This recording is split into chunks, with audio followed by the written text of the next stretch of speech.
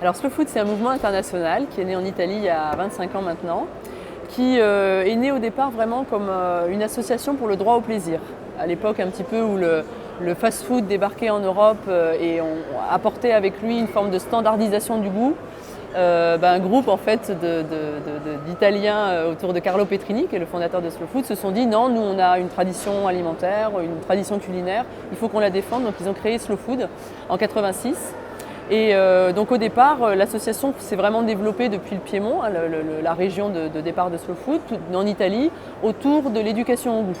L'idée qu'un consommateur qui sait un petit peu déguster, qui s'intéresse à ce qu'il mange, il devient un consommateur averti et que du coup il fait des choix responsables de consommation. Et puis ensuite, les années passant, le mouvement s'est développé au niveau géographique, hein, avec vraiment maintenant une portée internationale très importante, à peu près 100 000 membres dans 150 pays. Et puis qui s'est développé aussi autour de la sauvegarde de la biodiversité alimentaire, la sauvegarde de ce qu'on pourrait qualifier de l'agriculture paysanne, donc travailler sur le local, travailler sur les circuits courts, travailler sur vraiment les réseaux sociaux qui se mettent en place localement au sein de ce qu'on appelle les communautés nourricières de la nourriture, pardon, les communautés de la nourriture aux communautés nourricières. Et puis voilà, toute une action également en direction des pays du Sud. Voilà, donc on va dire un rôle un peu plus d'ONG du goût quelque part, qui s'est développé donc depuis 25 ans.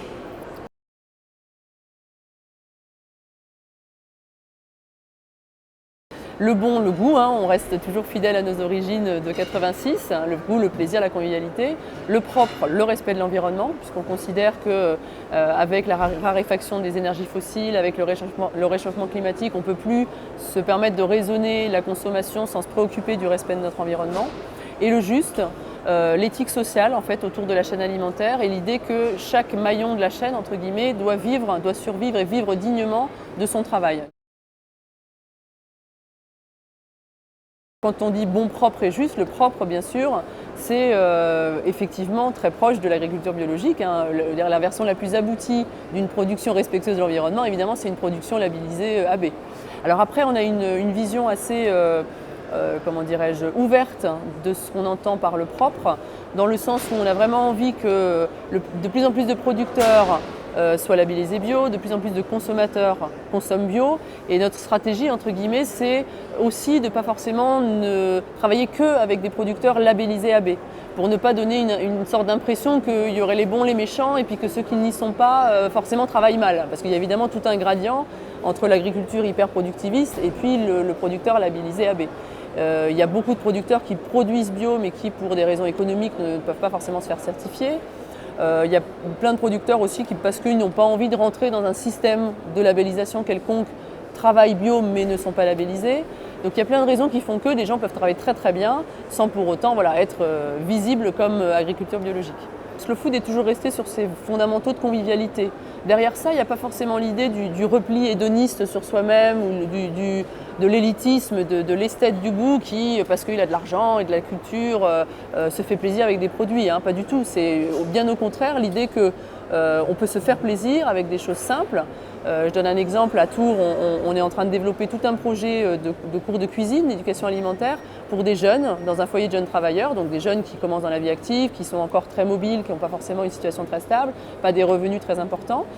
Donc l'idée du plaisir, de la convivialité et quelque part d'un petit pied de nez à la crise, justement, Slow Food cherche véritablement à le proposer, c'est-à-dire à essayer sur un événement comme Robusto et puis sur des activités qu'on propose au quotidien, de se dire, voilà, on mange 3 fois par jour, autant faire de ces moments-là des moments où on se pose un petit peu, où on se fait plaisir, aller faire son marché, essayer de choisir des choses peut-être qu'on ne connaît pas, développer la curiosité, par exemple avec les enfants, faire des recettes, etc. Profiter quelque part de ce besoin physiologique qu'est l'alimentation, pour apporter un peu de bien-être et de plaisir et de convivialité et d'échange dans notre vie quotidienne. C'est un peu ce que sous-tend notre action de fond finalement.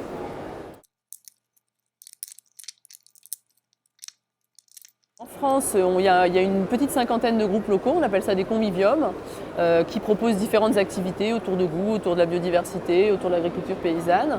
Il faut aller sur le site de Slow Food France, www.slowfood.fr. Là, il y a un onglet, si je me souviens bien, qui s'appelle Rejoignez-nous. Et donc là, il y a la liste effectivement de tous les contacts. Donc ensuite, selon l'endroit où la personne habite, elle peut rejoindre le convivium le plus proche.